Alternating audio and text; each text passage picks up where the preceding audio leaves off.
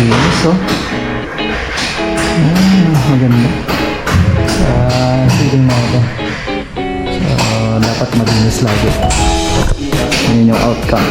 Ito metal ash na tinatawag natin. Yung pintura na ginamit natin dito. So, kung mapapansin natin, mas okay na siya compare sa dati.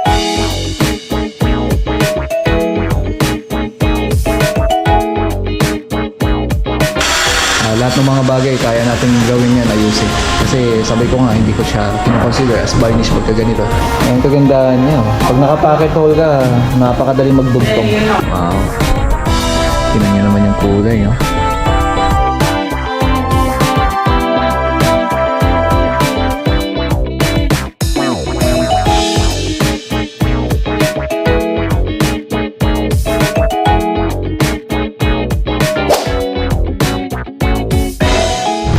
Morning. So, Monday morning. Maulan, mga kamusta, no? Pero sa awa ng Diyos, tumigil naman na. So, ang kagandahan yan, pag na-deploy tayo mamaya, wala nang ulan. So, andito na yung mga tropa. Medyo late na kami ngayon kasi, ayan yung pag-ulan. Pero, antayin natin sila. Kasi, basta pag Monday, yung deployment, medyo late kami. Pero, kagandahan yan. Magkakaroon muna kami ng toolbox. So, toolbox lang kami habang inaantay yung ibang tropa. So, lumipat tayo dito sa taas kasi maulan na. Tumigil ng ambon. So, sa mga susunod na araw, plano tayo about sa Christmas program natin. Nag-start na kami para dun sa pag-ayos ng para sa inyo.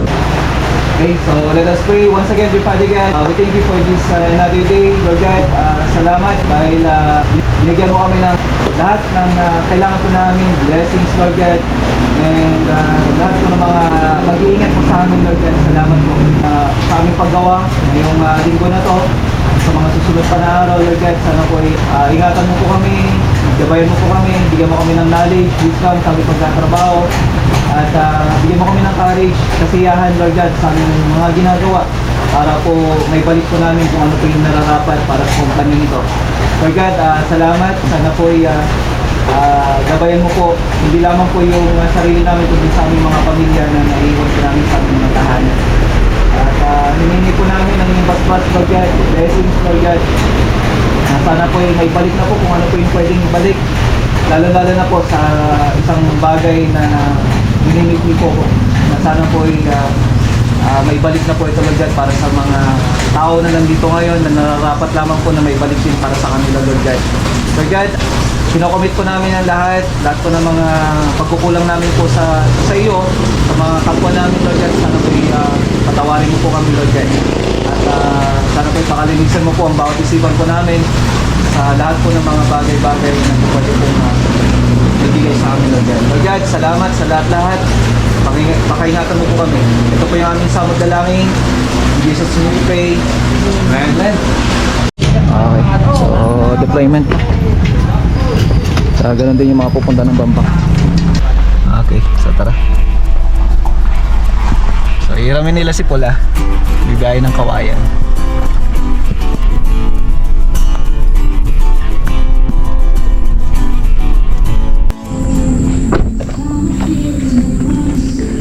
Okay, project update tayo. Wow. Tingnan nyo naman yung kulay, oh. So, ito sana cladding yan. Ganun din yan. Tapos yun, yung part na yun. Yun nga lang, sabi ni Madam, kulayan muna natin. For the meantime, na kumbaga, yung ilagay muna natin kulay lang muna.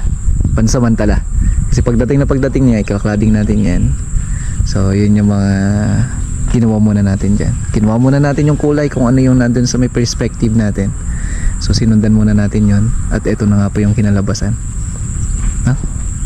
Yan na siya. Wow. So napakaaliwalas niya na tingnan. Lalo na't nalinisan na rin dito sa harapan. Kasi papalinis pa natin yan kung sakali. So mamaya tatanggalin na rin yung scaffolding dyan. Tapos dito, ito talagang pinapatuyo ko muna. Kasi for now, ulan kasi ng ulan. May gagamitin tayo dyan na kung saan nararapat para dyan. Ayan. ROAS number 5 tayo mga kamasta na. Yan na nga po siya. At sa ngayon, finalization na kami dito sa part na to. Hanggang dun sa side, hanggang sa likod. At pati na rin sa may firewall natin. Ayan.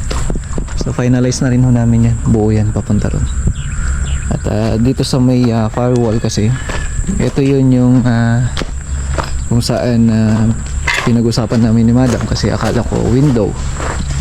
At ang nakalagay pala dun sa may plano, ito daw pala dapat glass block na fire resistant. Yun nga lang, sabi naman ni Madam, takaw sa maintenance. Kasi di ba ang glass block pagka ganyan nakataas, naglulumot kasi yan. Siyempre napapasukan ng tubig o nadadaanan ng tubig. So yun yung isang bagay na bakit hindi na namin tutuloy yun. Gagawin natin dyan, sintahan tapos papalitadahan. Kaya nga po sa ngayon papatayuan namin ulit ng scaffolding yan para sa plastering nya at saka CHB laying. So kailangan nating masaraduhan yan kasi ito firewall to. So yun yung mga yun naman, kumbaga pwede na masaraduhan yan if ever na meron na si kapitbahay yung dalawang bintana na yan. Kasi bintana lang naman na yan, parang natural light lang naman sa dalawang storage lang naman siya. So yun lang naman. Then dito garahe, ito na yung susunod naming tatiles. So bali ginagawa nila ngayon, pa-finalize lang naman na. And then dito kakabit na yung hanging cabinet natin sa taas. Tapos base cabinet, ayun na po. Bali kinokompleto na. Actually nasimulan na masilyahin. So salpak na lang natin yung mga yan. Then sunod na dito. 235. Yan. Then dito kulay. Ayos na rin to. Kumbaga minsan na kami magpi-finish na ito pagka naayos na to. Kasi yung alikabok, yun pa yung isang bagay na ginagawa namin dyan. And then ito mamaya, kakabit na rin namin yung PVC panel nito. So sabay-sabay yung mga pinick up natin nung last Saturday, yung mga PVC panel natin. So yung ginagawa nila sa taas, bali ceiling, tiles installation para sa mga TNB. Tapos varnish. Ayan. So paparehan natin yung design na ito dito. So walang imposible, sabi ko nga sa isang post ko na lahat ng mga bagay kaya natin gawin yan, ayusin. Kasi sabi ko nga hindi ko siya kinoconsider as varnish pagka ganito. Para sa akin hindi siya nawaangkop kung sakali, no? Dito ayun, ito yung kulay. So siguro idadal ko pa unti para maging dead flat na siya. Yan. TNB. Kinakompleto lang naman na to. Yan. So lilipat na sila kaagad sa kabila para makompleto kung sakali. Yan. Si Chris. Susunod na namin dito yung railing. Yan. Gabay natin dito. Saka dito sa part na to. Tapos itong gabay natin dito. Yan. So abangan nyo yan mga kamastana. Mamaya ikakabit na namin yung PVC panel na. Ang kagandahan niya, pag naka-pocket hole ka, napakadaling magdugtong.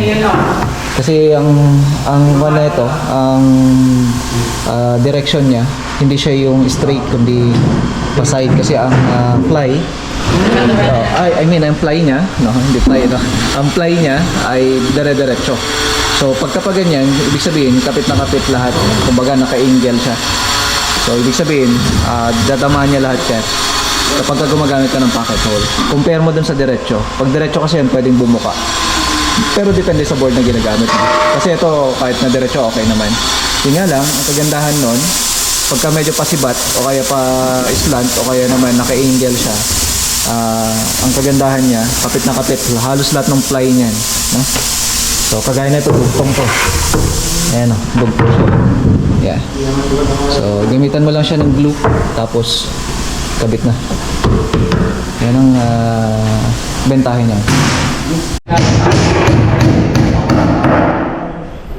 Okay. So, complete na lang natin yung taas niyan. Yung mga takip na susunod. Tapos yung para sa fridge na natin. Yung para sa bar counter. At ito yung ipapasa pa natin na isa yung TV console. Ano pang lalo yun, hindi na. Nagtipon-tipon ko. Ito tayo sa kabila.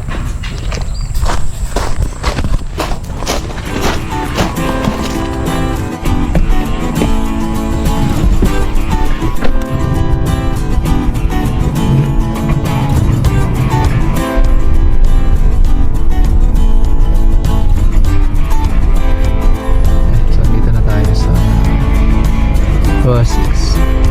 Saan ba yun?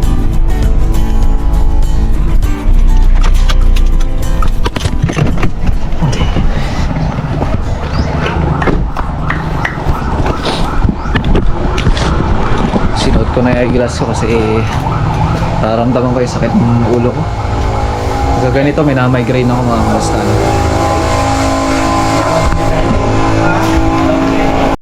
Ayan, so update tayo dito. Roas number 6. Ayan na yung railing natin sa taas. Oh. Sakit sa ilaw. Namoy ko na yung acrylic. So minamasigyan na natin itong mga to.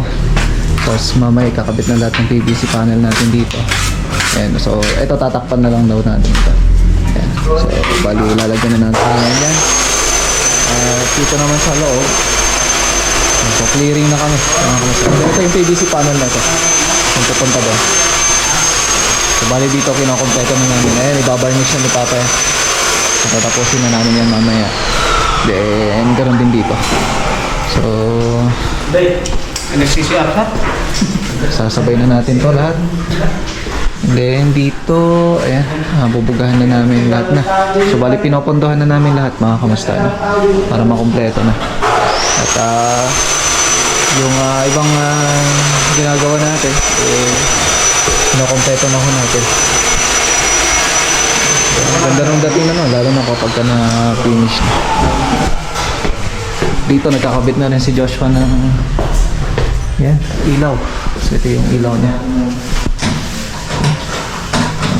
Natutulog na rin natin dito. Ito okay naman na kasi tulugan. Ay kabit na rin yung aircon. Kaya okay na rin. Dito sa taas. Yan, ito yung pre-turbo ni Deo ngayon. Kasi kanina ang lakas ng ulan kaya hindi kami nakapaggawa dito. Ayan. So ito na yung design niya. Papamasilyain na rin namin yung kaagad. So ito yung level ng height. So bali kakapit na namin dito sa part na to. Ayan. Bali ito na lang naman na yung gagawin. Tapos pintura na mga kamasta para makumpleto. At yan na yung ginagawa ng tropa niya. Sana wag na muna umulan para matapos na namin dito sa labas. Nabuhusan na rin yung ating canopy mga kamusta na. Yan na ho siya. So ito yung mga ilaw natin. So kinakabit na namin. Tapos magkakabit na rin kami ng mga switches. Unahin mo muna yung mga switches, Joshua. Sa outlet para ma-kompleto na. Yan, so may mga ilaw pa. Okay, so tara. Punta tayo ng Osprey niya. Punta tayo ng Wakan mamaya.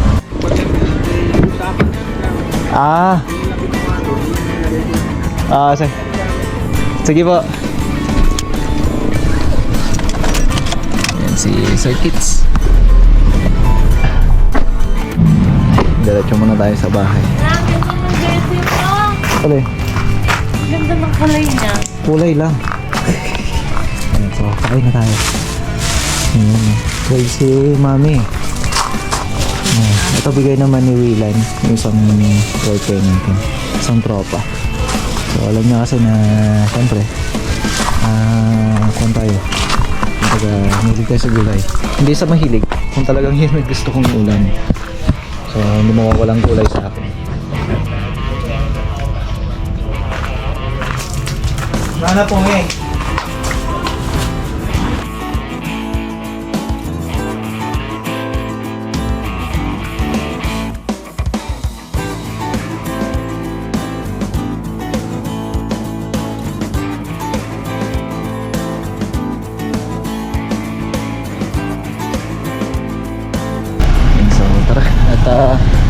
magsusukat muna tayo. Diretso tayo ng Osmeña tsaka Wakal project natin. may tatayo na naman na building dito. Katabi lang natin, oh.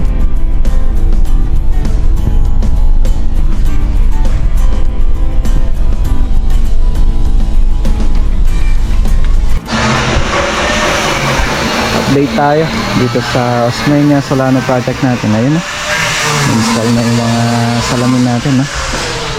Nandito ang Uncle Jody, deliver ng mga tiles para sa may CI natin. At dito nag-start na rin kami sa ating cabinet.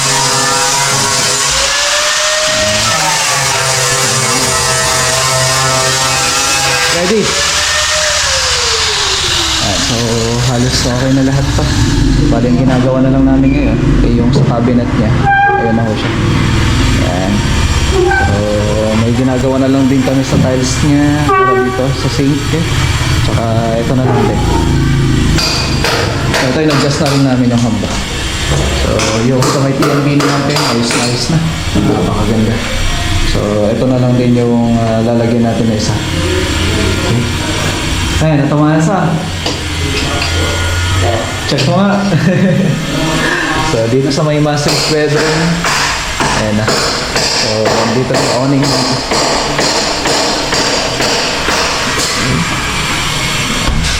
Yung awning natin, then sliding window. Okay. So ice cream na rin yan. At yung mga hamba natin, ang ganda na tingnan. Ganda ng pagmasdan. Kung titingnan natin, nakalinis niya tingnan. So dito, so nandito na yung mga sukat na binili ko. So meron tayo dito gas tank, yung open shelves niya para dito sa may tapat ng lutuan. Tapos dito, ito mababago to. So mag-165 degrees tayo dyan. Condiment tray, open din ulit to. Tapos yung cutlery tray and then pull out tray dito sa part na to. So dito naman may bar counter pa tayo. Then yung mga ginagawa ngayon ng mga tropa. So ito matatapos ka agad. Yung sa may hanging cabinet lang naman na natin. Kasi inuuna lang natin yung base cabinet, then pintura na hula para madali na kaagad. So dito na lang sa part na to yung lalagyan natin. Kaya ang isa pa, ayun, papadagdag ni madam yung sa may terrace na tatiles din natin. Then eto yung ilaw natin, inayos na ho namin yan. So kung may mga konting adjustment pa, ayusin pa namin kasi yung linya. So yun yung tiningnan namin din at saka inayos natin. So yung ibig sabihin linya, yung alignment ng ilaw natin. Pero kung mapapansin natin, mas okay na siya compare sa dati. Pero titingnan pa natin kung may konting adjustment pa na pwede natin gawin para masabi na mas maging maayos pa. Yes, oh. Maganda. Sa ceiling natin. So dapat malinis lagi. Yun yung outcome. Ito metal ash na tinatawag natin. Yung pintura na ginamit natin dito.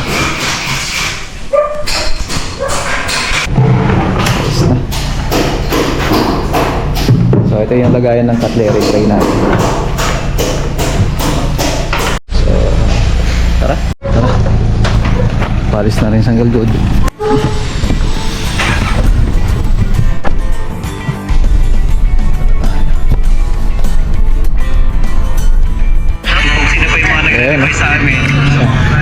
So kaka-upload ko lang ng isang video natin, yung video natin ng Saturday. So ayan, nandito na rin tayo mga kamusta. At matapos na naman isang araw, maulang maghapon. Kita-kita tayo sa susunod na vlog sa araw ng Tuesday. Ingat po kayong lahat at maraming salamat sa panonood ninyo. God bless po. Kita-kita tayo bukas.